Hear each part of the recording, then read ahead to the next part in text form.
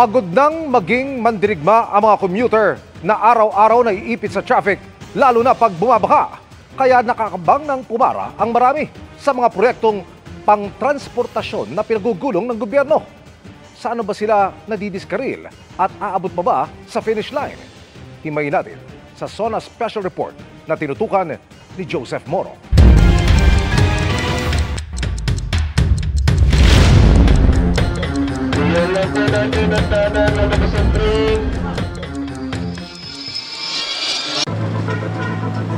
Araw-araw, 2 oras ang biyahe ng estudyanteng si Yvette mula Caloocan kung saan siya nakatira hanggang sa eskwelahan niya sa Maynila.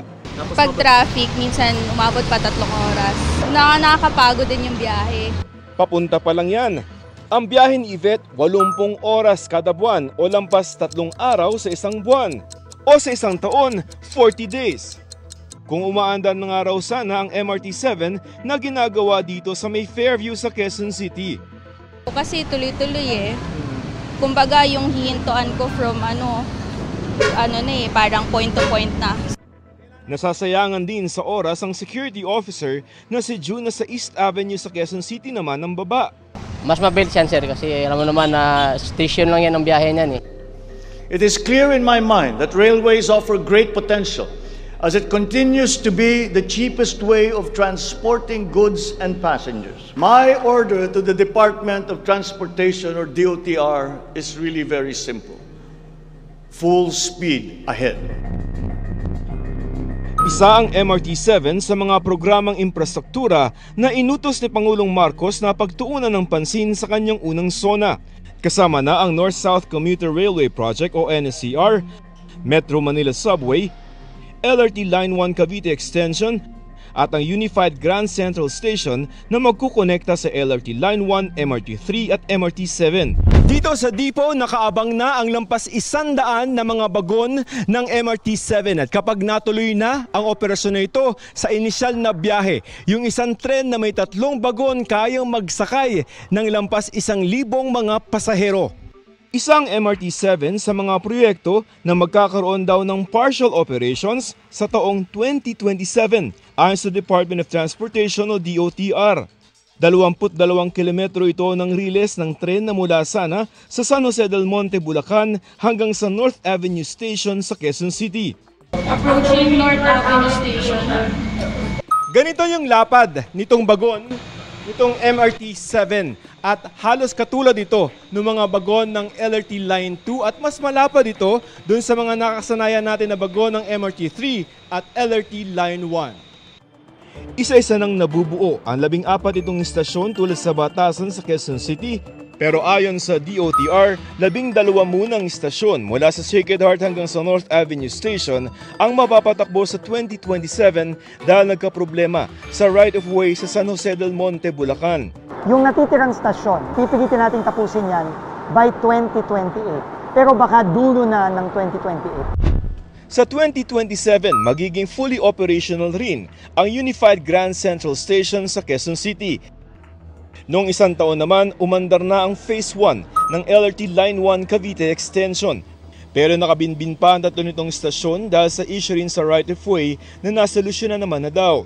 Susubukan daw na ma-operate ang Las Piñas at Zapote Station bago matapos ang termino ng Pangulo.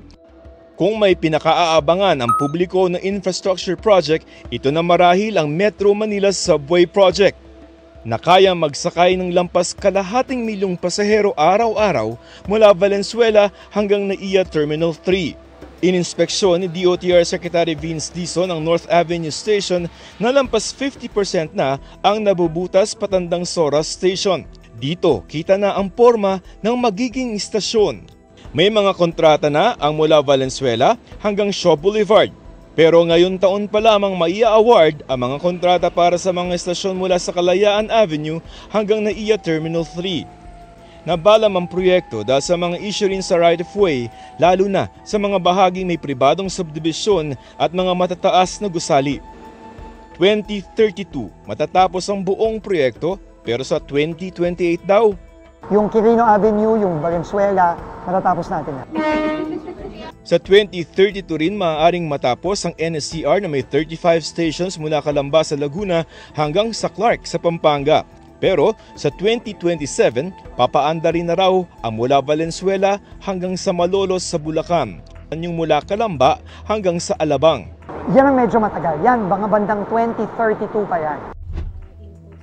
Para sa Philippine Institute for Development Studies o PIDS, patsa-patsa raw at tila walang master plan ang mga proyekto. Right from the start, hindi commuter-centric kasi yung yung planning. Hindi nako-consider talaga yung commuter experience. It's true. Doon tayo tingin ko nagkulang ng plano. Sa connection, yung mga magiging na koneksyon. Ang issue sa transportasyon pinapalala ng pagbaha. Ayon sa Department of Public Works and Highways, ang solusyon nila dyan ang Metro Manila Flood Control Project na magsasamoderno ng drainage system at ang Pasig Marikina River Channel Improvement Project para maiwasan ang pag-apaw ng mga ito. Noon sa Upper Marikina River, we are actually in the process of constructing yung other engineering interventions there, like yung Marikina floodgate structure that will actually temporarily impound some of the flood waters or i-divert muna ng konti sa Laguna Lake. Pinag-aaralan na rin daw ang paggawa ng mga dam na sasalo sa mga tubig na umaagos mula sa Sierra Madre. Ang mga commuter tulad ni Yvette, umaasang matatapos ang mga proyekto. Di ba ang tagal na, sabi maayos na, pero until now wala pa rin, puro delay. Does it matter that it's going to finish hindi na Marcos administration? Hindi naman talaga kaya. Ang sabi naman ni Pangulong Bongbong Marcos, ang importante lang, lahat ng kaya nating gawin ngayon, magawa na natin. Para tuloy-tuloy na, konti na lang. Para sa GMA Integrated News, Joseph Morong, nakatutok 24 oras.